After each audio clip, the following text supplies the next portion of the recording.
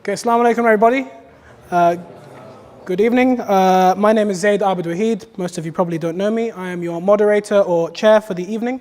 I'm the former Debating Society president from the University of Salford, as well as the former ISOC president from the University of Salford. My role this evening is to ensure that a meaningful and intellectual debate occurs between these two gentlemen to my right. And to introduce them, on the far right is, not politically, is Imran Hussein, lecturer, instructor, and philosopher on Islamic thought. And to my, also to the right, but not far right, is John Richards, retired science teacher, by his own words, minor politician, author, and representative of the Atheist Alliance International. So the format for the evening's debate is as follows. Each side will have 20 minutes to introduce their point. There will be a 10-minute rebuttal from either side, followed by a 15-minute discussion between both sides on this table over here, and 8-minute closing remarks followed by questions and answers. With regards to questions and answers, please join the Slido over there and send your questions in anonymously, and we will try and get through as many of the most relevant ones as we can, as quickly as we can towards the end. As you can probably see from the top of the slide, the evening's topic is life absurd without God? So before we begin, just some rules for the audience. Yes, there are rules for you. As I said, please do save your questions for the Q&A section.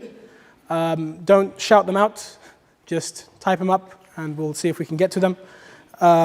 Use the link provided and try to keep them as clear and as on topic as possible to avoid me rambling on trying to understand your parables. Secondly, please be respectful to the speakers and to each other. If you agree on a point, let it be known by clapping or doing that weird jazz hand thing that Manchester students do. Please no boos, cheering, shouting, takbirs, none of that please. I'm serious. I'm not John Bercow. This is not the Houses of Parliament. Let's keep it professional. So with all that out of the way, I think that's pretty much everything, yes? So let's start with our first speaker to give their introduction, Imran Hussein.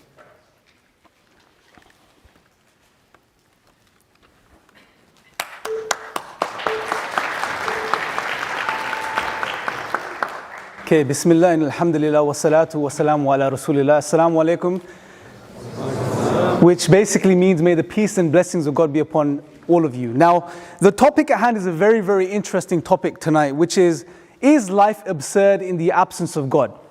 It's a very interesting question. It's a very pressing question because the way I want to look at it tonight is, that if you deny God, if you turn away from God, if you reject God, and you claim to be an atheist or a naturalist, and I'm going to define my terms just so we're clear here. When I say atheist, I'm referring to those individuals that, generally speaking, say there is no God, there is no creator, or no gods for that matter.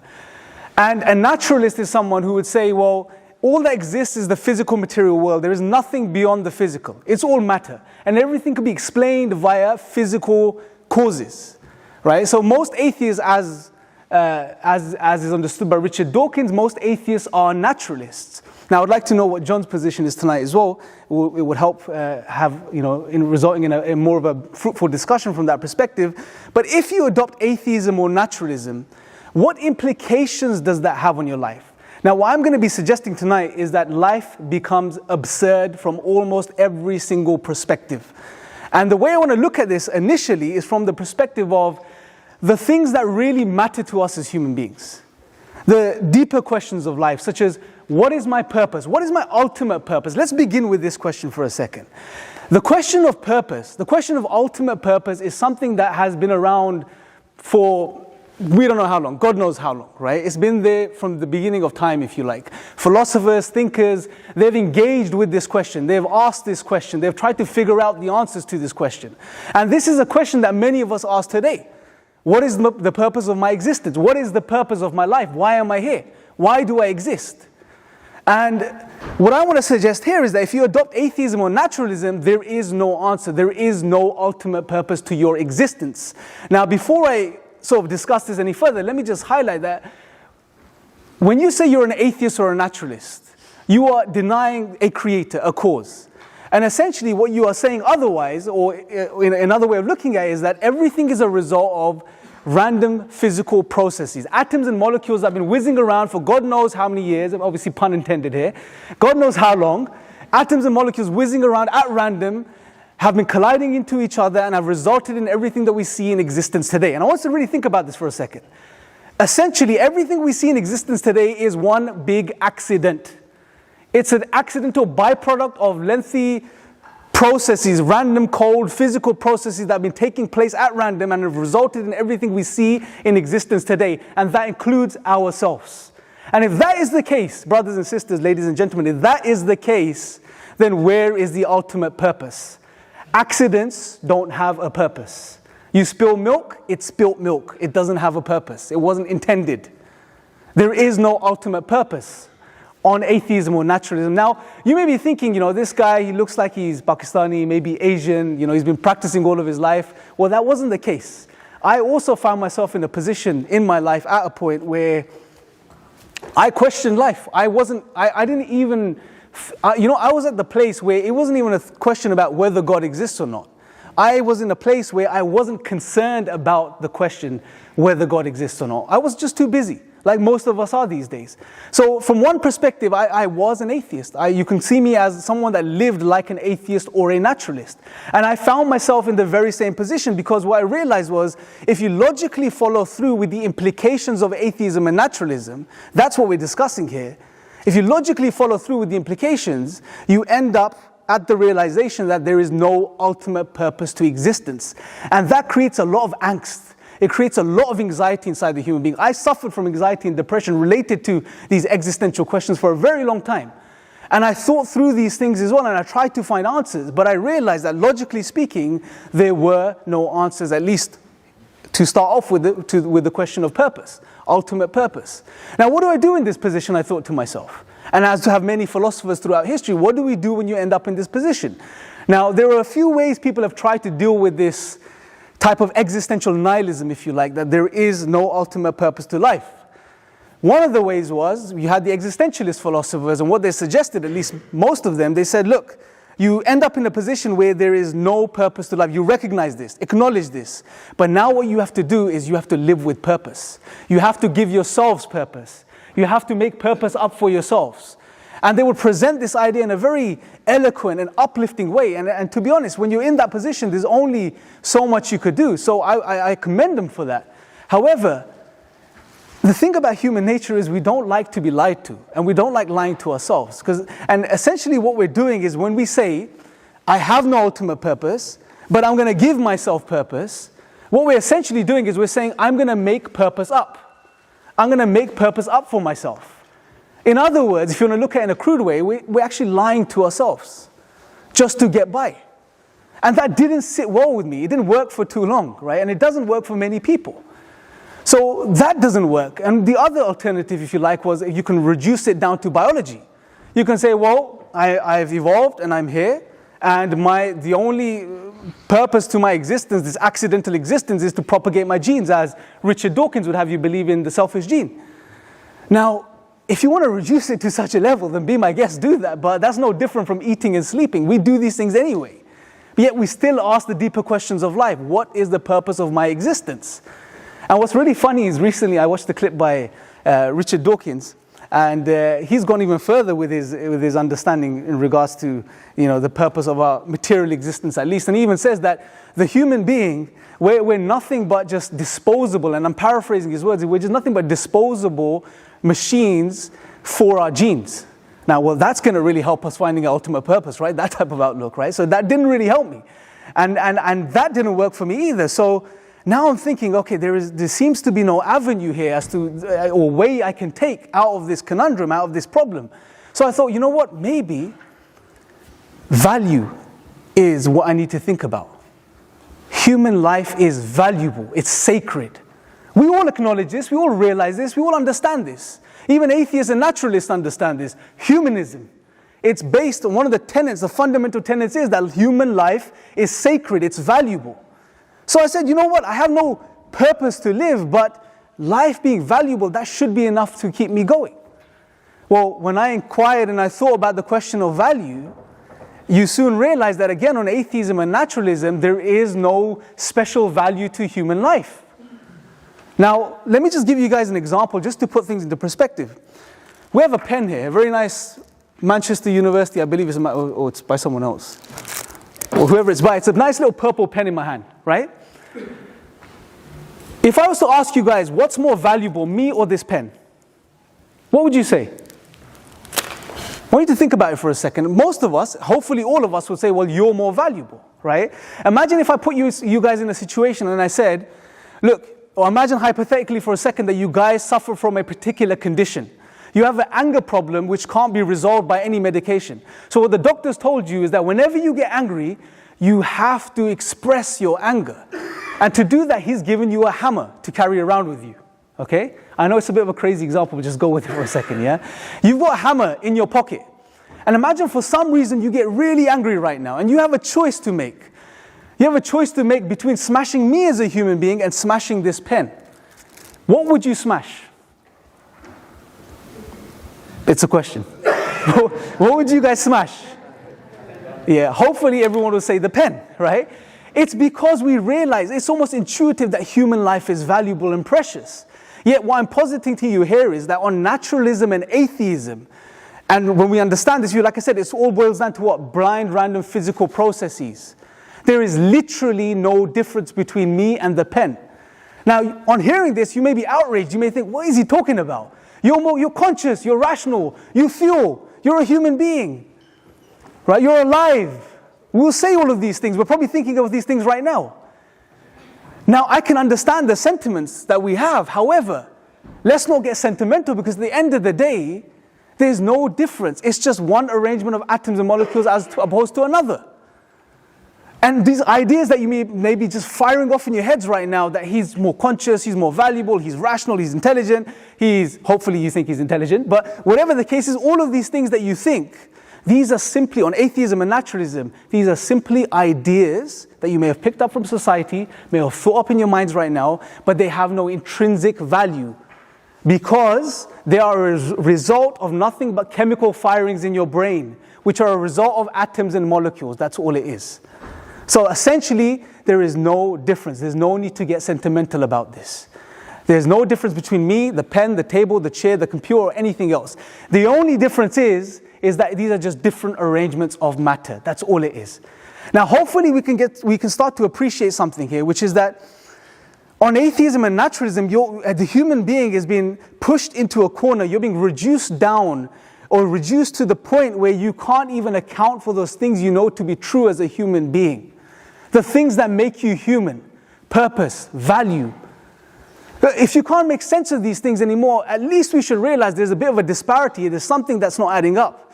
This worldview or outlook or ideology, whatever you want to call it, because I know some atheists have a problem me calling atheism an ideology or a worldview, whatever you want to call it, it has implications, and the implications here are that it strips you from being able to account for those very things you know to be true as a human being. And that is problematic. That is highly problematic. We've seen some of the atrocities that such views have resulted in throughout history, and we can see or potentially think of problems that such views can cause in the future. Now, I'm talking about logical implications here, guys, right? I'm not just talking about wishy-washy things. I'm saying let's logically think about it. And when you do, these are the conclusions you come to, right? Now, let's explore this a bit further. Something else which is very integral to human life, human beings, which are ethics, morals. As human beings, almost every action we take is a moral and ethical action. It has implications, moral implications. And we consider this as human beings. However, what I want to suggest here is that on atheism and naturalism, there is no account for objective moral values and truths. Right? Now let me define what I mean by objective so we're very clear here. When I say objective moral values and truths, we're talking about objectivity, which means that it's not subject to the human being or human understanding. The morals are external to the human being. Right? Now from an Islamic perspective, which I'll discuss in a second, we can ontologically ground our morals in God. However, on atheism and naturalism, you don't have an anchor. It's just subjective. All you can do, well, what options do you have? Let's just engage with just think through some of the options we have on atheism and naturalism. Well, one of them is social consensus. Society comes together and decides what is wrong and what is right, and that's what we base our morals on. Well, hold on a second.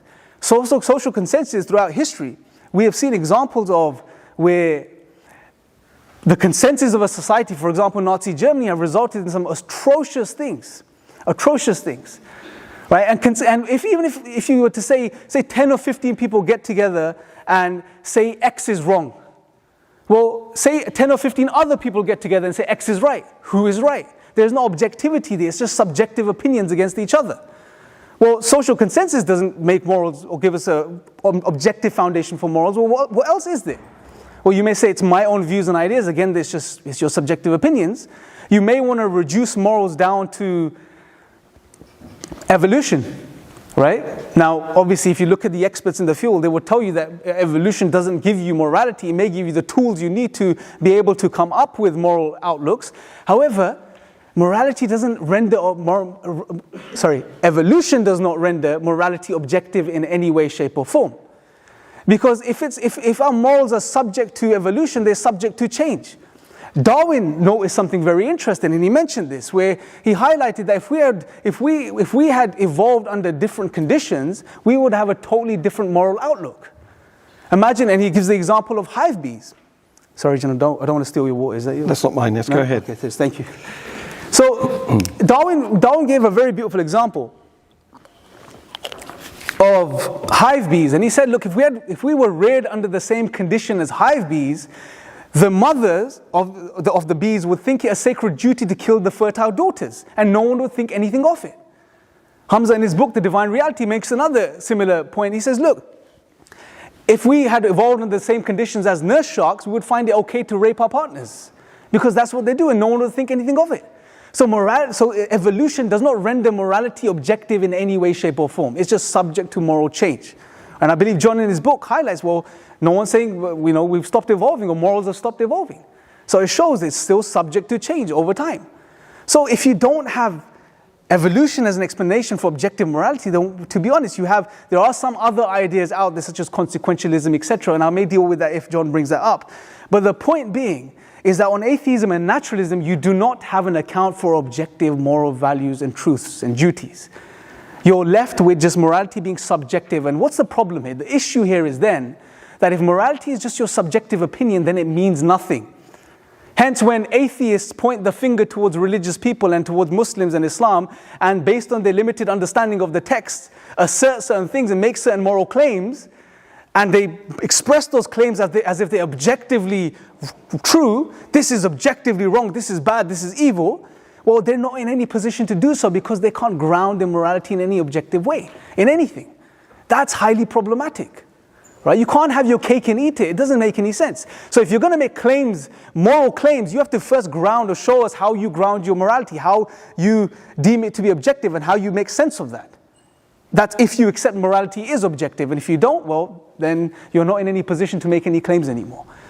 So hopefully, you can see the picture developing now. There's loads of areas I can go into, but time doesn't permit me to do that. But hopefully we can start to appreciate how atheism and naturalism, as I've said before, it reduces you down to the point where you can't account for those very things that make you human. And that is the absurdity of atheism and naturalism. But unfortunately, many people don't follow through. Most atheists don't get the time to think about these realities and think about the logical implications of atheism and naturalism. Hence, they don't worry about these things. They're too busy. But I really encourage the atheists to really think about these realities, because these are the things that make you human, right? It's very important to think about these things. You can't dismiss them. Now, the last thing I want to touch upon is this whole idea of meaningful happiness. As human beings, we want to be happy. That's another integral aspect of our lives. We chase happiness. But again, on atheism and naturalism, you can't have meaningful happiness. And this is the reason why. Now, going back to my story, I found myself in a position where there's no ultimate purpose, there is no value to human existence, there's no grounding for objective morals. It's just all becoming meaningless for me at this point. So when I don't have answers to these fundamental questions, how can I expect to be happy in any meaningful way? Let me give you guys a bit of a thought experiment quickly. Imagine for a second you fall asleep right now, and as you fall asleep, you go into a really deep sleep, and you wake up, and the next thing you realize you're not in this auditorium anymore. You're on a train. and the train's traveling at 200 miles an hour down some track. The windows are closed, the doors are closed. What's the first questions that come to your mind? Who am I? Not who am I, where am I going? Who put me on the train? Where's the train going to stop? What's going on? And these questions will be natural to us and they'll cause a lot of anxiety. Now, as you're engaging with these questions, imagine for a moment you're presented with this amazing meal, a 5-star meal, and you taste the food and it's the most amazing food you've ever tasted. Now, you may be temporarily distracted and experience a sense of joy and happiness, but is that going to last, firstly? And secondly, is that going to be a meaningful type of happiness or joy if you don't have the answers to those fundamental questions you've just asked as to how you got on the train and where it's going? No. And that's the reality of life. We have these pressing questions that we ask as human beings. It's a part of our nature to engage with these questions. Yet on atheism and naturalism, we find no answers. And that's highly problematic because here we find a contradiction between these outlooks on life and human nature itself. And at the very least, that should get us to question our position of atheism and naturalism. Because human beings don't like living a contradiction. Human beings don't like living in this state of dissonance. We need to find balance, and you're not going to find it. Your nature is never going to be in conformity with naturalism or atheism. Now, hopefully we can see that atheism, it just doesn't make sense of those most fundamental things we know to be true as human beings. Now, how does Islam answer the question? The next minute, just quickly. From the perspective of purpose, God says clearly in the Quran, وَمَا خَلَقْتُ الْجِنَّ وَالْإِنسَ إِلَّا لِيَعْبُدُونَ. God answers the question of purpose. He created us to know Him and to worship Him. And what's beautiful about the Quran is that this is the purpose of our existence, and the entire Quran revolves around this fundamental message. It's all related to purpose.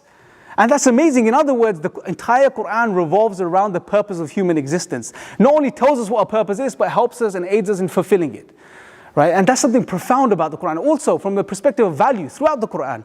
I'll give you maybe an example in my rebuttal, but throughout the Quran, God speaks about human value, how human life is sacred, how the children of Adam have been given this sacred value in and of themselves. God has created them as a special creation. So value, God gives us value from that perspective, and not only us value, but our actions value too, what we do and how we live our lives.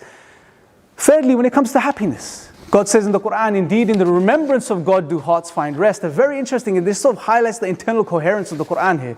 When God says, in the remembrance of God do hearts find rest, I'm going to carry on in my rebuttal, hopefully. Thank you guys for listening.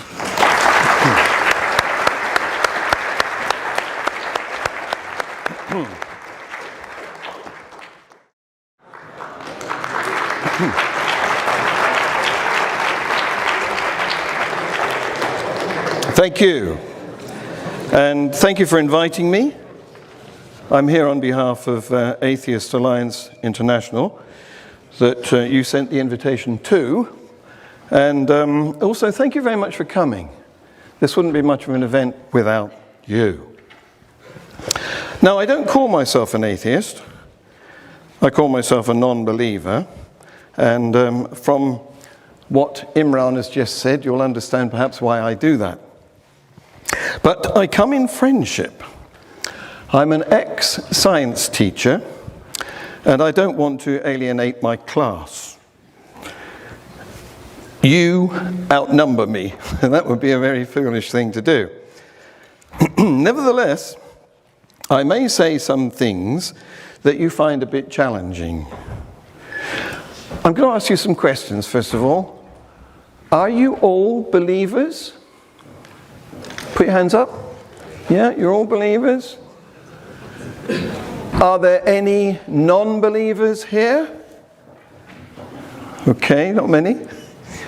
Is there anyone here who is a non-believer but doesn't want to put their hand up? Thank you for that. So, here we go.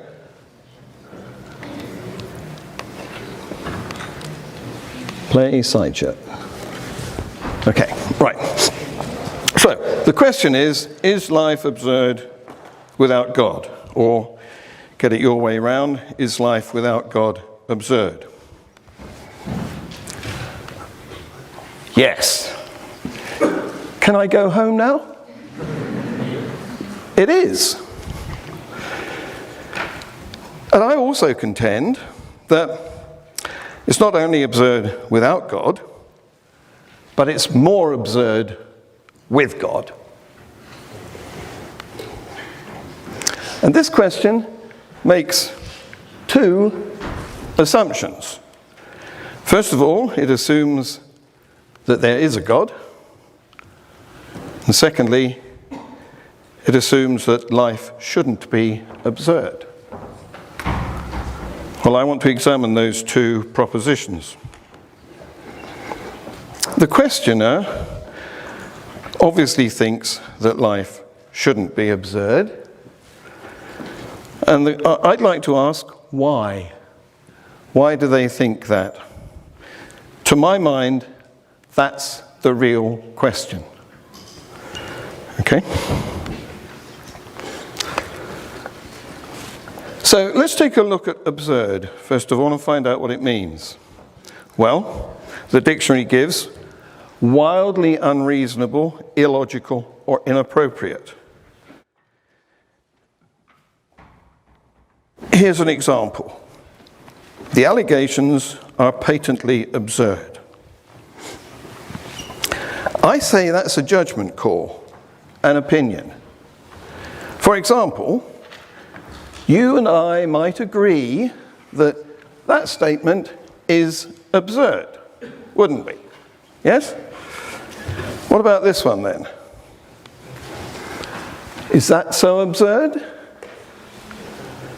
That you might think that's absurd, I might think that's absurd, somebody else might not. It really depends on whether the homework belongs to you or not. So it's a matter of opinion.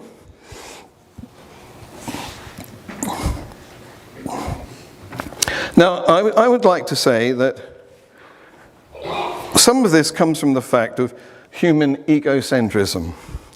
We all live inside our heads looking out. So naturally, we think that we're at the center of everything. We used to think that our planet was at the center of the solar system and that the sun went round it. We now know that's not true. And we used to think that God made the universe for us. There is no evidence for this, and it's a very narcissistic viewpoint. Let's examine that claim. Did God make the universe for us? Is that a reasonable claim, or is that an absurd statement? Well, we now know that the universe began around 13.8 billion years ago. We used to say it was 13.7. This is, of course, an estimate, and recently the estimate was improved, and we now say that it's 13.8. But mankind only arrived on Earth about 200,000 years ago. So, a reasonable question is, what happened in between? Why the gap of 13,799,800,000 years? Isn't that absurd? So, as an ex-science teacher, I want to go into a bit of scientific reality here. Scientific observed facts, repeatedly, shareably observed facts, and explanations, theories, which are mental models based on those facts. So, we know that Earth actually orbits the Sun. And we know that the Sun is a star. And it's a star in a galaxy that we call the Milky Way. You used to be able to look up and see it. It's a sort of whitish smudge across the sky. But now we pollute the sky, the night sky, with so much light, it's become invisible to us in Manchester. Now, there's about 100 billion, some people say about 200 billion other suns in the Milky Way. And there's about 100 billion, some people say 200 billion other Milky Ways, galaxies like the Milky Way. And on average, thanks to the Hubble telescope, we found out that stars, other suns, also have planets orbiting them. In fact, on average, a star has about 7 planets. So, Earth is insignificant. It's only 1 planet out of about, now I can't say that number, it's even unimaginable. Let's try to imagine it. We've gone past the millions, the next 3 noughts will be billions, then we go to trillions, I don't know, quadrillions, pentillions, I'm making it up now, sesquillions. What is that number? Let's just try to imagine it. I want you to pretend that you can count up to 1 million. Now, to make this doable, I'm going to suggest that you count at the rate of 1 every second. Okay? Now, that's slow at the beginning. 1, 2, 3. But when you're getting close to 1 million, it takes you 999,999, 3 seconds just to say that one number. So let's average it. Let's say we're going to count throughout at the rate of 1 a second, and we're not going to go to sleep. But we are going to stop to eat and go to the toilet.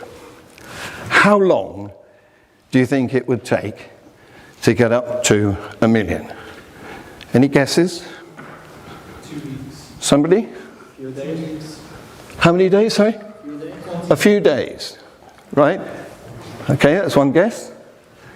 Any other guesses? 31 years. 31 years, that's a very big guess. Any more? I'll take one more guess. Yes? 2 weeks. 2 weeks, spot on. You're a mathematician, eh? Well done. Yeah, it would take us about 2 weeks, not sleeping, but eating and pooing. Okay? That's just the 1 million. We've only gone up to the 6th nought from the right. If you want to count to 1 billion, that's 1,000 of those 2 weeks. So that's 40 years, counting at that rate, not sleeping. Okay? So imagine how long it's going to take to count up that number. The point I'm making is Earth is really, really insignificant. And meanwhile, on Earth, each one of us is just a single individual out of a total population of humans of 7.4 billion. It's probably more than that now, that's an old figure. So, however you look at it, numerically, we are monumentally insignificant, whether you compare us to the population or to the universe. Now let's take a look at our lives.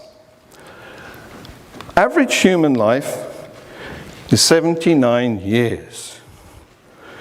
Let's compare that to the life of the Earth. The Earth has been around for about 4.5 billion years. The universe, as we said earlier, has been around for about 13.8 billion years.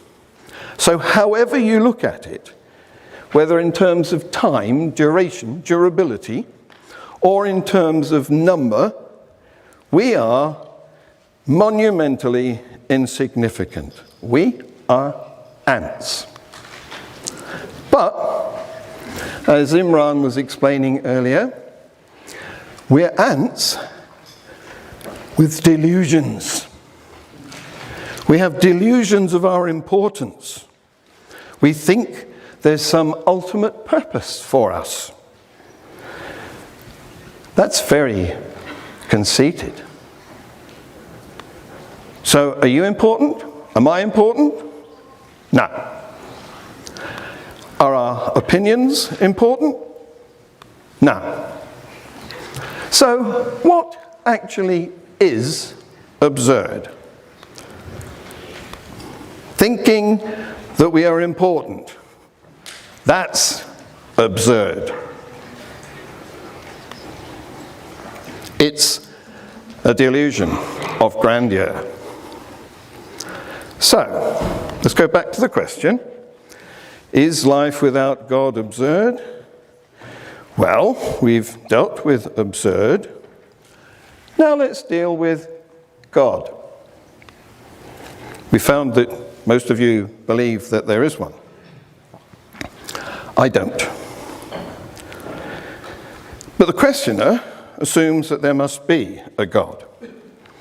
Now this is really a different debate, because we've moved on now from talking about whether life is absurd or not, in the same way that Imran moved on from talking about absurdity to talking about morality.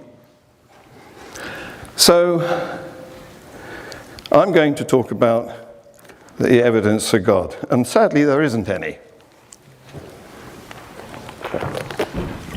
As I said, it's another debate. But let's assume that I'm right. And if there is no God, then there's no option for life to be with God and therefore not be absurd because there is a God. Do you see that? There's a sort of a double negative there. If there is no God, we're stuck in a universe without God. Like it or not, it doesn't matter whether we're absurd or whether our lives are absurd. That's a judgment that nobody can make. There is no authority to decide to have that opinion. Makes no sense to claim that without God, our lives are absurd.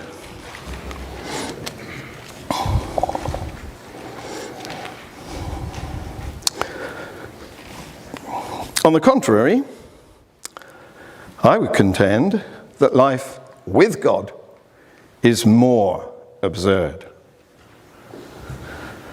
Let's look at what some believers do. Now, I know that you're all academics and you're all moderates, and I'm thankful for that because I don't want to be macheted. But you see the point. Some believers are fundamentalists. Some believers are radicalized. And the problem is, they get up to some pretty horrible stuff.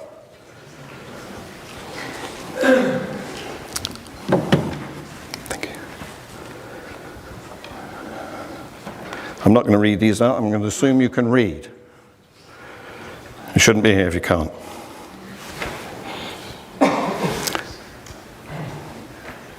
Some of those atrocities are committed because people believe that they have another life to go to, that this isn't their only existence. That thought devalues life itself, because what's promised is magic. It's eternal. It's bliss. It's got everything you could wish for. So this life now is puny and trivial. And you can get up to all sorts of things here because it doesn't matter. All you've got to do is ask for your forgiveness and say a few prayers, and you will go up there where life is perfect forever. And that gives us the idea of martyrdom. The idea that we can live on after death devalues our real existence and takes away our responsibility to behave well towards each other. Assuming that you can die for a God, that dying for a God is a good thing, inspires mass murder. Let's take a look at it from my point of view. Wouldn't that be absurd? Look, here we have an atheist bomber who is dying to please no God. Somebody said, I forget who it was, that atheists have nothing to live for. It's the opposite. I think it was Ricky Gervais. It's the opposite. We have nothing to die for. You're the ones with the prize. I'm not. Here's another ridiculous slide. Look, this person thinks that she can please her God by committing atrocities. Then she has another thought. Hang on. What if there isn't one? And a very famous atheist said, I wouldn't die for a God. I might be wrong. Now, purpose. Imran talked a lot about purpose. It's part of this human egocentricity.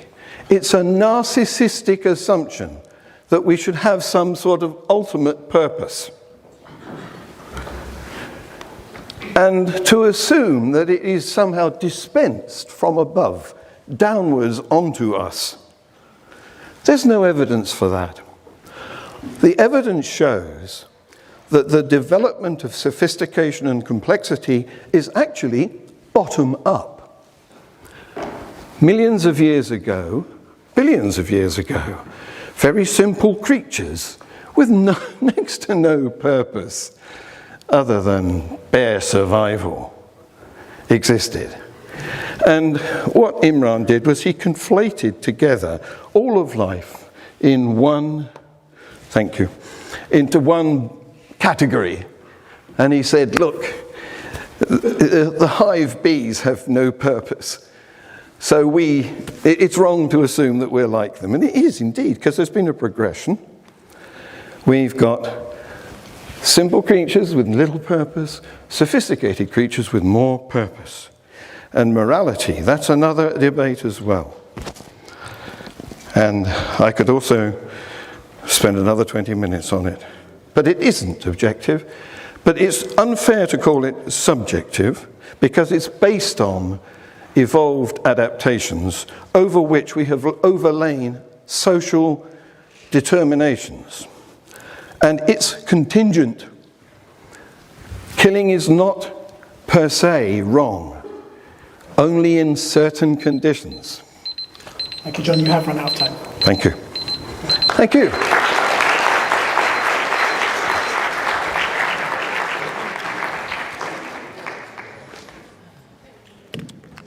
Right, so with introductions out of the way, we will move on to rebuttals. So each side has 10 minutes to rebut the other side, starting with Imran again. Time will start once you get to the podium. Okay, Bismillah, alhamdulillah, wa salatu wa salamu ala rasulillah. Okay, John, that was a bit of a biryani, to be honest, just to give you a context of what I mean by biryani, a bit of a mix and match of everything. So I'm going to try to deal with this the best I can. First I like and foremost, biryani. Next time I see you, I'll definitely bring you some. So, look, John, one of the things you said which startled me, which was, we're not important, our opinions are not important. He mentions this in his book too. Now, if that's the case, then John, why come here today and present a case for your position, right? First and foremost.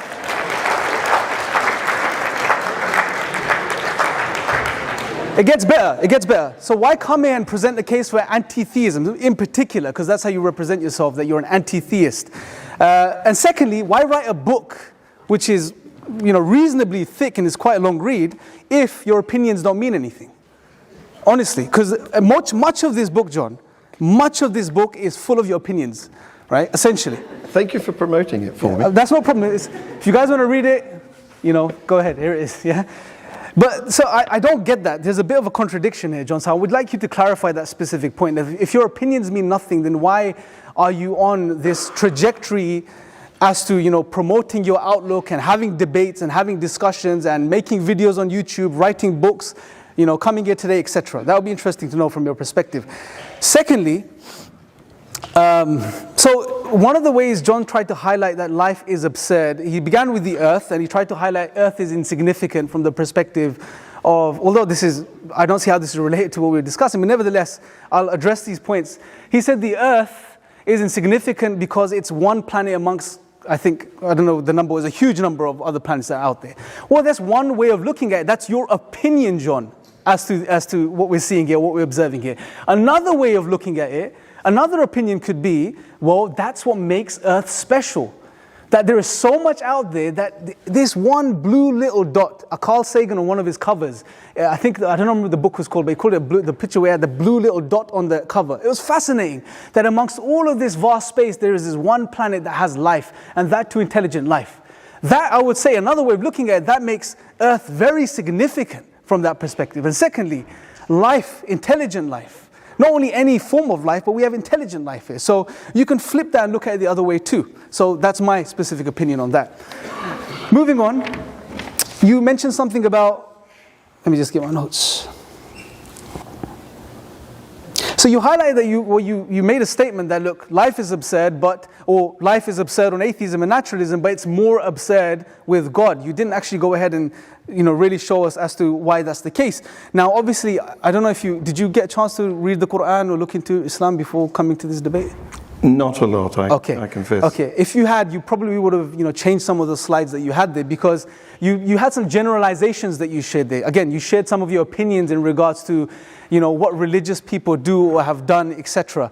Now, your book is full of such examples as well. You obviously predominantly attack the Christian tradition as to some of the bloodshed and you know, and the evils that have happened. But just for a second, if I move over here, just to share this with you. Now, I would agree with you. Obviously, now throughout history, religions have been, and there have been some pockets of Islam and Muslims too that have done some atrocious things, no doubt. I'm not denying this.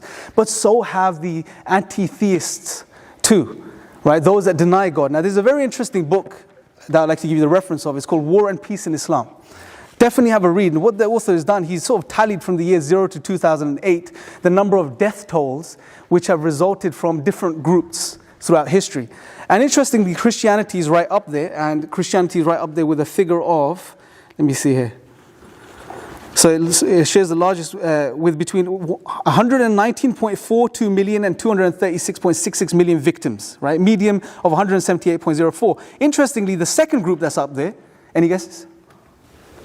Well, probably atheists, but yes, and the anti-theist group. I would contest that description. Well, you can contest it with the author of this book. I'm sure he would like to hear from you. So it has a figure of 124.41 million deaths from the year 0 to the year 2008. So look, if we're going to play a numbers game, John, as you've done in your book as well, it goes both ways, right? So it's not really an argument against religion. Now, you mentioned something about you can do whatever you like in this world and you'll get paradise up there. Well, that's not the Islamic tradition. Let me just give you some information regarding what we believe as Muslims. This life is extremely significant from the perspective of how we engage in this life. We are told to do good, live as upright human beings, serve humanity. And it's for doing the good that we do in this life that we get an eternal paradise, right? And there's a stark warning for those that don't do this. Because paradise it'll just be given to you because you do whatever you like. You have to put in the work here. So there's a very interesting philosophy there that I really recommend that you look into further for your research. You said something, you said a point about, that I said the example of the hive bees, and that they didn't have any purpose. I didn't say that, you misquoted me. I was referring to Darwin, and Darwin highlighted that if he had evolved under other conditions, different conditions, our moral outlook of right and wrong, if you want to call it that, would have been as is seen by the bees, if you could say such a thing, which is we right for the mother bee to kill its fertile daughters, etc. So it'll just be a different set of morals, if you like, because of different conditions that we've evolved under. right? Different species in that Yes, case. but the point is that the point that he's highlighting, and the point I was highlighting, that evolution renders morality subjective, is subject to change, is subject to the conditions that we develop under. It does not render morality objective in any way, shape, or form, nor does it give us an understanding of what good is and bad is, what right is, what wrong is. It's not concerned with this, right? It's an unconscious process. It doesn't have an intent. It doesn't have a mind. It doesn't have a direction. Correct. Right? So there's problems there. That's why I highlight that. If you look at it from that perspective, you end up in the position where, again, at best, morality is subjective. Right? That's all it is. Let me see if there's anything else here. So look, another thing I wanted to engage with you, and I will probably bring this up in the discussion section. You have a very interesting outlook on what is evidence, and hence what leads to knowledge, right? Now, you sort of say that evidence is what's observable, what's repeatable, and what is shareable, right? So you seem to take a view which is that of scientism, right? A type of scientism, right? And I don't want to label you, but you can give us clarity on that specific point. I knew that would come up, yes. But the point is that it seems like, according to you, that science is the only way to truth, or the method of science is the only way to truth, right? Now, I want to know, if that's the case, then again, why haven't you employed that throughout your book, right? Why didn't you employ that throughout your discussion today? Why didn't you stick to those? And you mentioned your specific definition, but you didn't stick to those. You gave a lot of your opinions, and a lot of opinions which I believe were incorrect, based on incorrect facts, etc. So there's a lot of inconsistency there, and I'd like to know how you sort of reconcile those two things. Anything else? How long do I have? 2 minutes. Okay, so going back to my point and just finishing off where I left off. Now, like we said, the discussion isn't about God's existence, right? This is not the discussion of today's topic. It's, is life absurd without God? And what I was highlighting is that, yes, from an atheistic, naturalistic perspective, life is indeed absurd. It doesn't make any sense. And then I didn't finish in my initial delivery, which was, I started talking about how Islam makes sense of these realities. So we looked at purpose, we looked at value, we looked at happiness, right?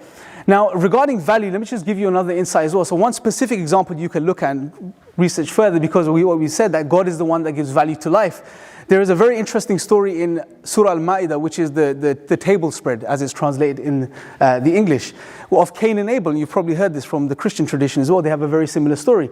Or, yeah, same story, but with different perspectives regarding certain things. But what's interesting there is that Cain and Abel were the two sons of Adam, and they basically, one of the brothers murdered the other out of envy, and that was the first murder that took place on this earth. And it was at that moment God instilled a law in place which stands till today and will stand till the day of judgment, which is that human life is valuable, that if you were to take one innocent life, it is as if you took the life of the whole of humanity. And if you were to save one innocent life, it is as if you have saved the whole of humanity. That's value. Right? That God has given us value from that perspective. So what I'm saying is that Islam comprehensively answers these fundamental questions that we have as human beings. Now, I'm not saying this is clear evidence or proof for Islam. Right? I don't want you to misquote me there. What I am saying, however, is that these are clear signs for the intelligent individual to pick up on. That atheism and naturalism doesn't sit well with my nature. It doesn't fit well with me. It doesn't make sense. It's against what I know as a human being. It strips me from being able to account for those things I know as a human being. And Islam, on the other hand, is in line with your nature from these perspectives, because it answers these questions. It provides the answers. And as human beings, something I want us to all consider today, as human beings, we're not logical robots, right? We don't believe things and follow things and even inquire about things based on whether they have been logically established or proved or not. We're out of time, bro. I'll finish that point later on. Thank you.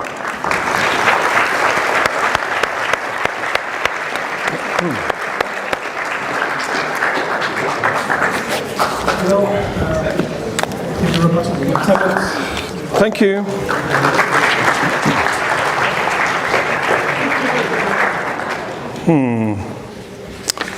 Where to begin? What Imran is doing there, and he admits it really himself because he has to use both words, is he's conflating atheism with naturalism. Atheism is a lack of belief in the claims of believers. Until believers can come up with some evidence for God, then the fallback position is the same with regard to, the Loch Ness Monster. Until there's some evidence for it, we're right not to be, to be suspicious, to be non-believers. And to get around that problem, what Imran has had to do is tack on naturalism to atheism so that he can rubbish that rather than the target, which is just not believing. I've got some brilliant cartoons about this, which I should have put together to show you on the screen. But I don't call myself an atheist. And let me ask you a question. Hands up if you don't believe in fairies. Hands up. Come on, be honest. It's not scary. You can put your hand up if you don't believe in fairies. Okay? Most of us don't believe in fairies. Should we have a special word for you? Are you a-fairyists then? We don't need this word, do we? It doesn't make sense to group people together on the basis of something they lack.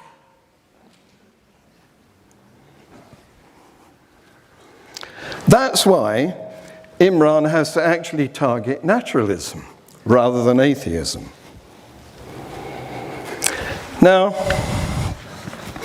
he says that anti-theists have committed atrocities. And he's right. There was Stalin. He was a famous non-believer. He committed atrocities. Pol Pot, he committed atrocities. And there's some other more dubious ones, because Hitler, of course, was actually a Catholic. And I'm not sure about Mao, whether he was a Confucian or what. But the point is, yes, non-believers have committed atrocities, but they haven't done it for belief. They haven't done it for no God. They've done it for greed, for power. The same as any other person that commits atrocity. And that's true as well of the theists. Christians have done some appalling things, and Muslims too. Only recently we had a man shot in Streatham because he got out of jail and stabbed people. And the ISIS are claiming it as one of theirs. Now, I know you're all moderates, and good for you, but the point is that Islam or Christianity or any religion can be the gateway drug for fundamentalism. There are a lot of bewildered Muslim parents in Birmingham right now who are stunned that their children, their beloved children, went and fought for ISIS and got killed. Now, morality. It's changed. Thank heavens it's changed. Would we want to go back to the days of witch burning? Would we want to go back to the days of, and it still happens in some countries, noticeably theocratic Muslim countries, stoning to death female adulterers? Would we want to? Or would we prefer morality to change, to get more modern? I think the latter. Thank heavens, morality has changed. We've grown up. We're not Stone Age men anymore. And I expected Imran to level the accusation of scientism at me. It's a word that scientists don't use. It's a word that theists use to denigrate science. People love to label other people that they don't like. I mean, there's lots of labels for non-members of your club. It used to be heathens, then it became Gentiles, then it became infidels, and now it's atheists. Don't go in for this labeling. Scientism is another label. They've stuck ism on the end in order to make it sound like an ideology. Like conservatism, liberalism, socialism. It's not. Science is not an ideology. It has no principles, no values. It is a method of discovery. It's investigation. That's what it is. How the information is used is not down to scientists. It's down to politicians. It's down to businessmen. Scientism is a negative word to level at science with a finger of blame. Don't use it. Now, Imran's right. My book is about my opinion. Of course it is. That's all we have. But I didn't say we couldn't have them. What I said was they're unimportant. My book has made not a ripple in space-time. The universe has gone on as if it never happened. That's because my opinion doesn't matter. The reason I do this, he asked me why I do this, it's because I'm against unnecessary division. All that religions do is set people against people. It wouldn't be so bad if there was only one. But unfortunately, one religion claims to be the true one, and another religion claims to be the true one, and that's a recipe for conflict. I say none of them are true until there's evidence for a God. Give me some. Give me some evidence. Not argument. It's a common mistake for people to think that argument is evidence. It isn't. So, purpose. How much longer? Oh, thank you. Purpose. I've got better speed up. Just because we want an ultimate purpose doesn't mean that there is one. That's like a child wanting something for Christmas. Humans are not special. Does a mosquito have value? Eh? Who's the judge? It's us. Do we have a conscience that we have eradicated smallpox? No. Because it's humans first. Disease well down the list. Value is a matter of judgment. It's not falling on us from the sky. We have the power. Imran sounded as though he was elevating humans to the level of judges. That's something of a claim. So, yes. He claimed that morals, this is where he conflated the whole of life into one category. Hive bees and sharks, and none of us have any objective. Well, look at it's a progression. Simple animals have simple purposes. Plants, what purpose do they have? Just to survive. So, saying that evolution is a bogeyman is entirely wrong, because we're at the top end, you know. We are the most highly evolved, and I shouldn't really use that term, because it implies that there is a direction, which there isn't. Thank you.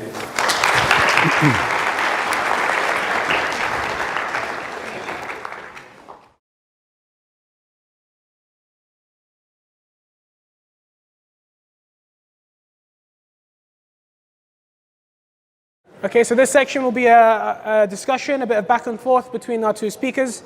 I will be moderating to try and keep things on topic. So forgive me for any mistakes I make. Hopefully I don't make any. This is a 15-minute section. Reminder that after the closing remarks, after this, there will be Q&A, so please do send your Q&A questions to that Slido. So without further ado, whichever one of you wants to, listen to the beginning. Yeah. So, hello, John. Yes, hello. Hi there. I think before we start this discussion session, it's very important to determine something. Do you believe your opinions matter or don't they matter? They matter to me. Okay, so but they don't matter to the universe. No, because if you don't believe your own opinions matter, then I'm not going to take them seriously. There's no point. This discussion becomes absurd from that perspective, then, right?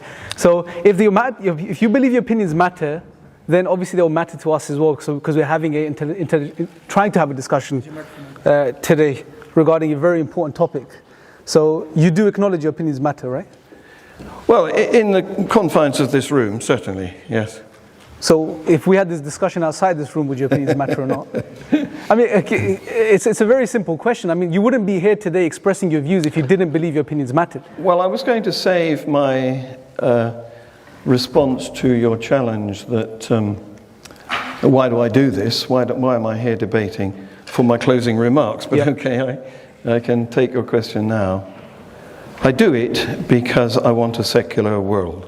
You want a secular world? I want a world in which religious opinions do not control political or educational matters. Mm-hmm. Okay.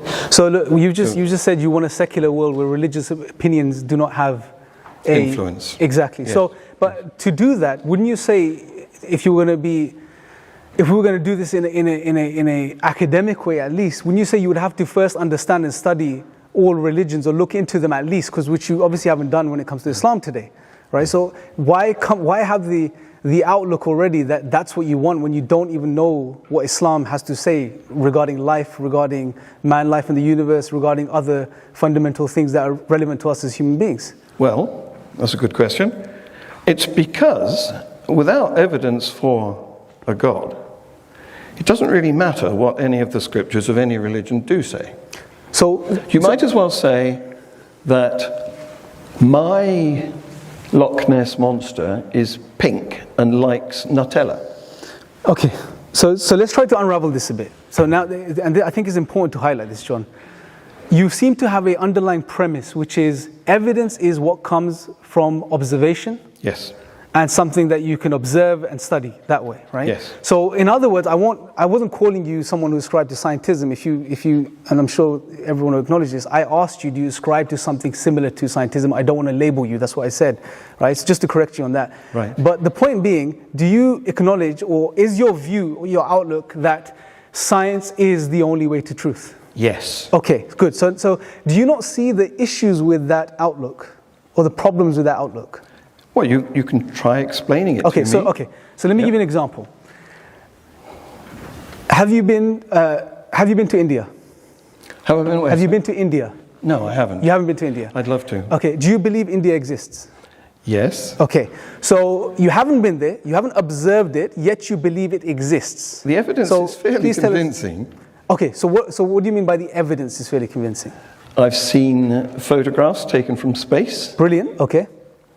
What else? Do we need more? Okay, fine, fair enough. I was just giving you the benefit of the doubt that you can give us a bit more so I can work. I know of people who have come from India, who have visited India. Okay, a friend of mine is there now. Okay. And I'm on Messenger and Facebook with him. He's currently, where is he currently? Is it Calcutta? No, I can't remember. So look, here's the problem, John. You haven't observed India yourself, yet you believe it exists based on photographs and people that have been there. Now, how do you know those photographs are actually of India, and that you're not just being told they're of India?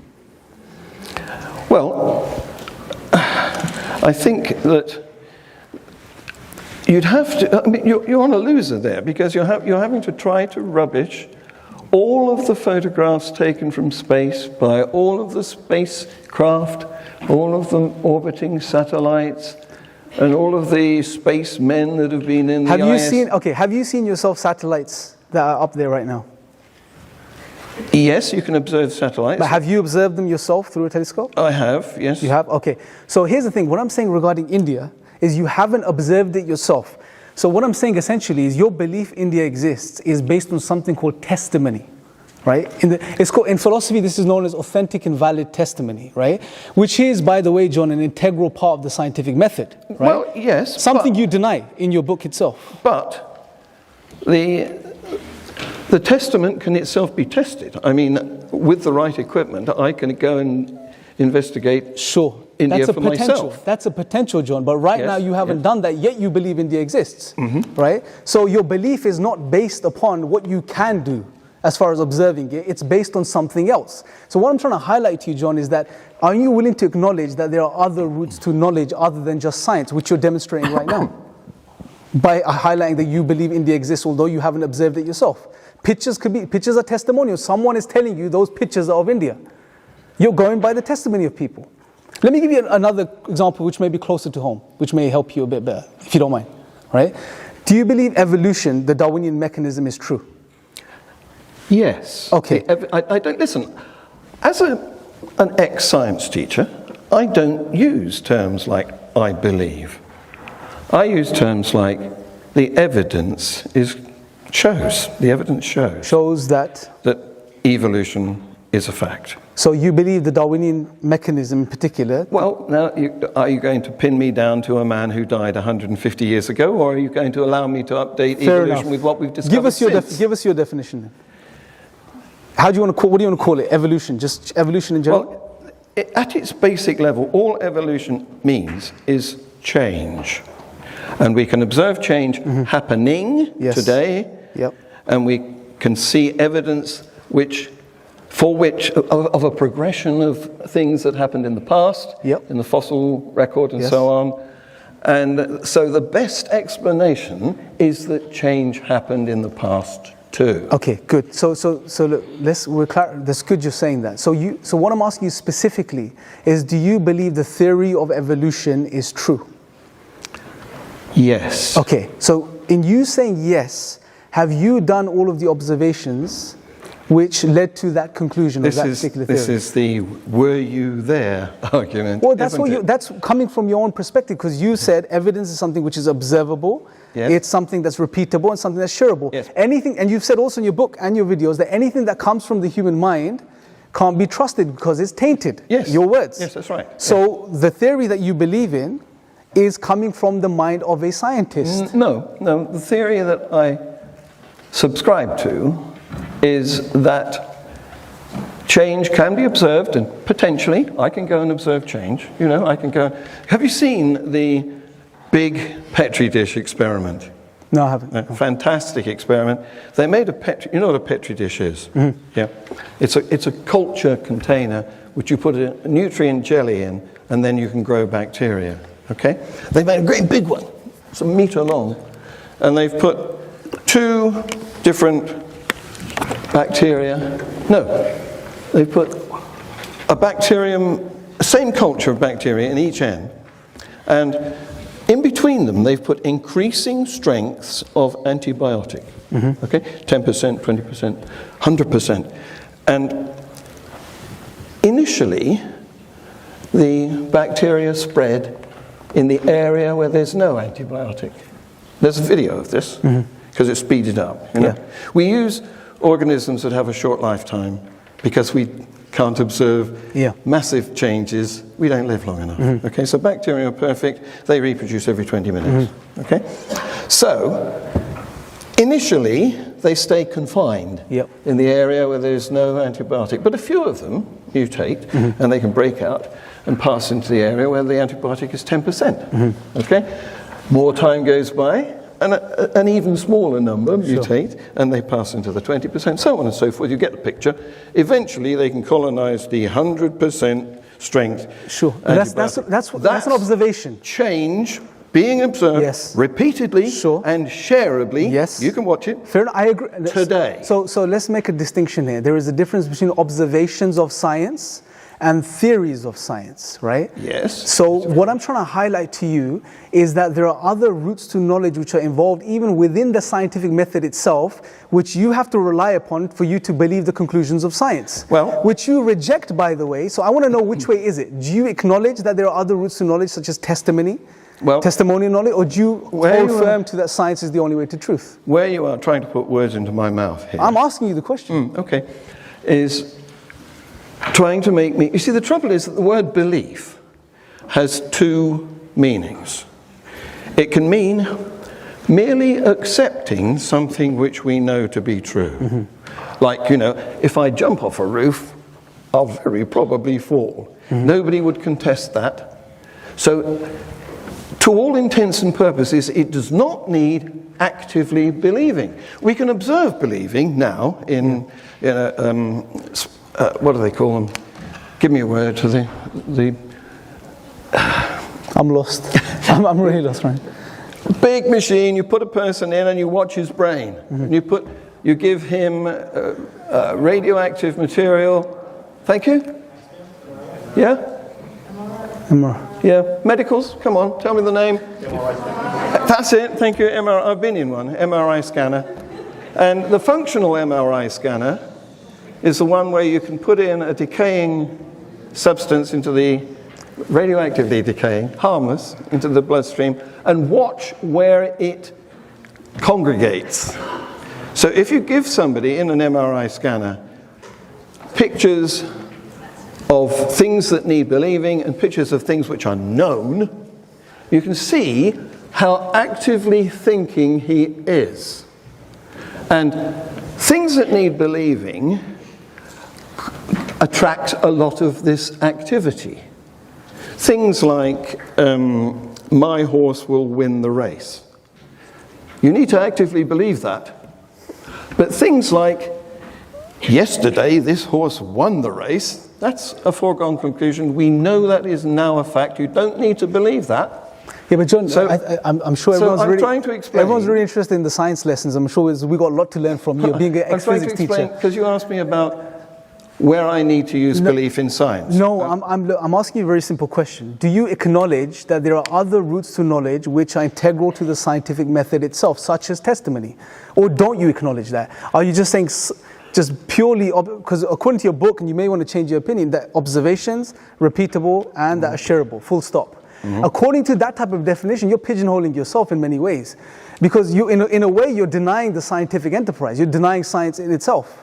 No. Right? Because... So just tell me this, John. John, do you believe in the theories of science? The theories of science do not need believing. I'm not saying the absolute, I'm just asking, so do you ascribe... No, I wouldn't claim they were absolute.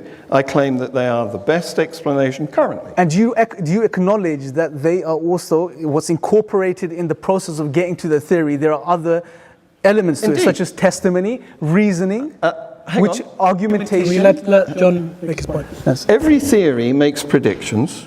Yeah. And at that stage, you can believe the prediction or not. We would call it a hypothesis. And there will be rival hypotheses, just like there are rival runners in a horse race, and you can choose your favorite. Okay? And that is where belief is applied in science. So you'd acknowledge that? At the frontiers where we don't know. Okay, so let me ask you in a simple way. We've got 1 minute about 2 minutes left. Do you acknowledge testimony as a valid route to knowledge? It's a simple question. I acknowledge testimony which can be tested. I acknowledge, if you were to tell me that I can see a particular satellite going past at this moment, then I know that if I get the right equipment, I can check out your testimony. Sure, but that's a potential, John. Yes, I can check out your testimony. Otherwise, your testimony is very suspect. Yeah, but I don't think you're understanding my point right now. Because I could testify to you that I have fairies at the bottom of my garden. And unless you go there and check for yourself, you should doubt me. Sure, but I'm not, look, we get into the epistemology of things. I'm asking you a very simple question. Do you consider testimony as a fundamental route to knowledge, something that science is also dependent upon? Only if it can be checked.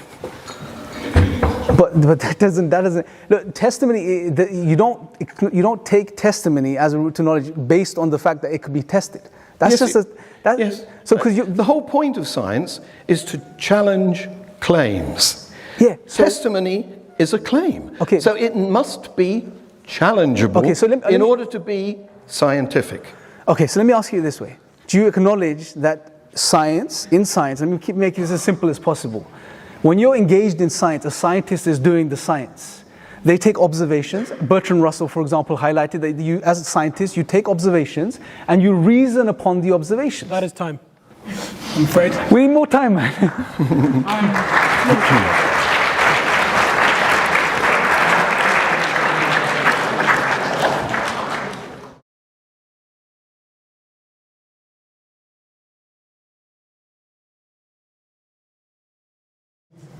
Bismillah.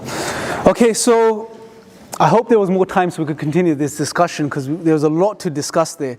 However, just to conclude, I'm going to go back to my original points, which were, whichever way you look at it, whether you call yourself an atheist, a naturalist, a non-believer, and not associate with the labels, the point is that as soon as you say that there is no God, that there is no creator, and hence, therefore, what you're acknowledging is that everything is a result of just random physical processes and happenings, that strips you from making sense of any of these fundamental realities that we know to be true, such as purpose, meaning, value.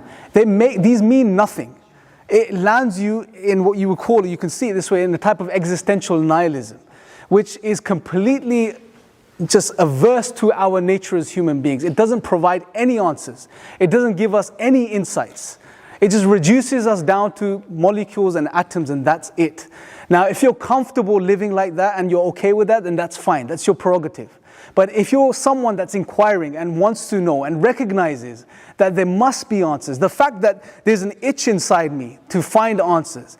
And what's really interesting, just as a side point, is that the fact that we can ask such questions, right, about purpose and meaning and value, and the fact that we're so concerned about these questions, so much so that when we don't find answers to these questions, in many cases it leads to anxiety and types of depression. And in turn, it pushes us away from the whole idea of surviving and passing on our genes, because that's the last thing we're concerned about when we're anxious and depressed, right? That in and of itself should be a sign that you can't reduce the human being down to just atoms and molecules and matter, right? There are other elements to us as human beings, which you cannot account for on atheism or naturalism, right? I haven't seen Richard at any point in today's discussion so grapple with these ideas and try to provide a response. Well, he seems to have conceded and said, yep, there is no purpose, life is absurd, and that's it. So I'm happy that he conceded that, so at least, you know, you got an acknowledgement from someone on the other side who is an unbeliever, who is telling you that life is absurd without God. So if you find yourself in this position, what I'll encourage you to do is look into Islam. And the reason I wasn't able to conclude in my previous address, which was the fact that Islam makes sense and it fits human nature and it provides answers, that should be reason enough for us to at least look into Islam and see what it has to say about human beings, human life, our existence, and where we're going, right? We need to not be reductionists in our approach and reduce everything down to empiricism, what's observable, because there's much more to life than that, right? Science is amoral. Science does not give you good or bad, right or wrong. And this is the problem I have with John's position, which is that he wants to reduce everything down to science. Science is the only way to truth. Anything beyond this, well, you can't believe in it, you can't acknowledge it, and that's problematic, right? That is highly problematic, and as human beings, I would even say most atheists would disagree with John's outlook in regards to the roots of knowledge, etc. So, to conclude, I thank you guys for coming out today. I thank you guys for participating, which you're going to now. We're going to participate with your Q&A. But I thank you guys for being patient with us and hearing us out today. And I would really recommend you guys to do two things. One, if you haven't already and you're someone seeking and searching, to look into Islam, because the message of Islam is very simple and very beautiful. That there is a creator. There is one all-powerful creator who created us and humanity and everything else that exists. And he created us for no other reason except to know him and to worship him. And this type of worship, when you submit to your Creator and you worship Him alone, this frees you from all types of slavery. Because the false notion we have as human beings is that we are free. Or we want to be free, but as soon as you're born in this reality, no one is free. Everyone is submitting to something or the other. Everyone is a slave of something or the other. There's something we want to know and love and obey the most. That is the thing we're submitting to. It could be in the form of money, materialism, power, whatever else it may be.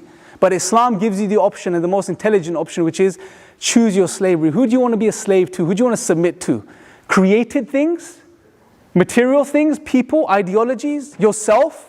Or do you want to be a slave to the creator of the heavens and the earth, the one that created everything? And in doing so, this elevates the human being and frees him from these ephemeral shackles. Right? And I conclude on a very beautiful line of poetry by Iqbal, a famous poet from the East. And he said something very profound. He said, this one prostration that you find so difficult and so heavy on you to prostrate your head on the ground to the creator of the heavens and the earth, this will free you from 1,000 prostrations. And it's something for us to really think about. Thank you guys for listening.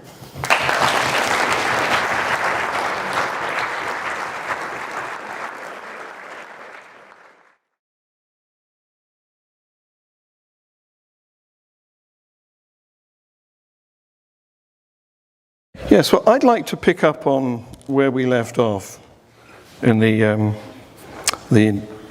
free discussion bit, because Imran was trying to pin me down to accepting testimony.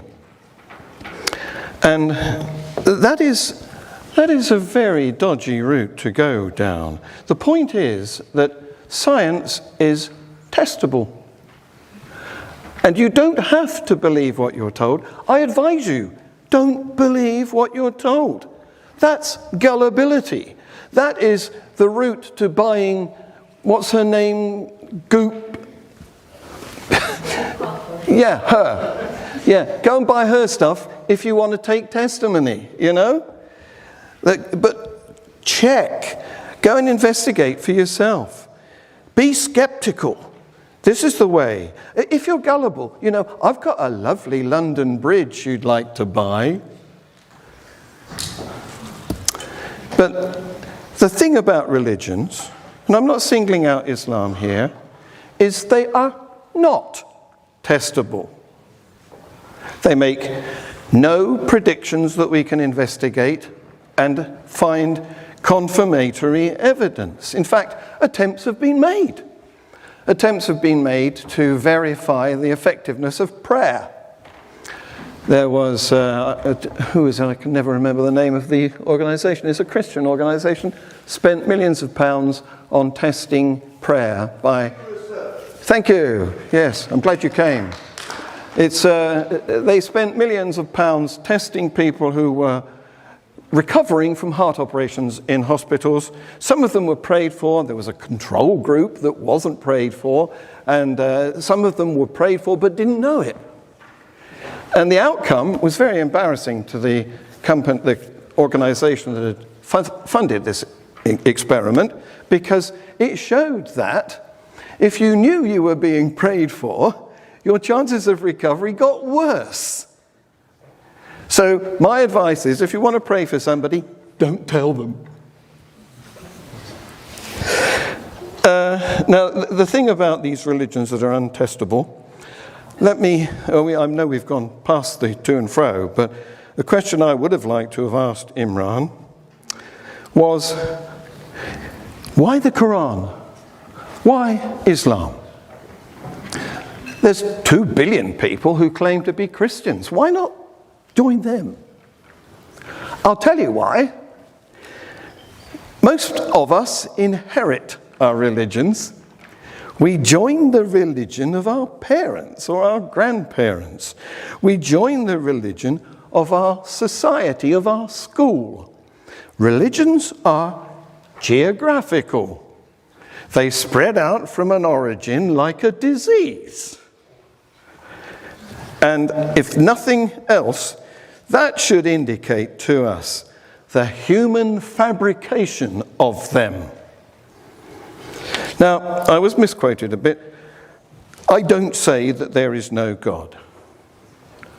I say that there is no evidence for any God. I'm open. If you've got some, please come and tell me. I'm quite finicky, though. I'm not going to accept your story of a revelation that you had. How do we know it wasn't a dream? But the final point, I've still got a lot of time. The final point I was going to make is that these religions that, most of them, the major ones that are surviving today, about 3,900 of them have died out.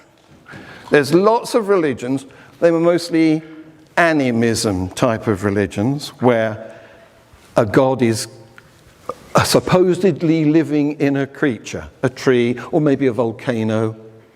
They've all died out. Well, almost died out. There's still some surviving in remote parts of the world. But the surviving religions are no good recommendation for joining them. They're at each other's throats. They are insisting that they are the possessors of the truth. I've got a great cartoon of this. It's a graveyard of gods. You know, there's lots of headstones with different gods' names on them. And then there's a man with his little son pointing to a ghostly image above the graveyard, and he's saying, "That's my God. She's the real one." But until there's evidence, what reality is there? I was asked about the supernatural realm. Well, there's no evidence for a supernatural realm. Not only that, but we have no idea of how to look for a supernatural realm, because all of our equipment, all of our detectors are based on naturalism. And if we do somehow invent a detector that can detect something unnatural, I don't like the word supernatural, it's unnatural, then if we detected it, it would immediately be natural. It would have materialized like a ghost. So that is my position. And I think it's unassailable. It's up to you. I challenge you to provide me with evidence. I'll look at it. I'm skeptical. I'm not gullible. If you can convince me, maybe I'll join you. Thank you.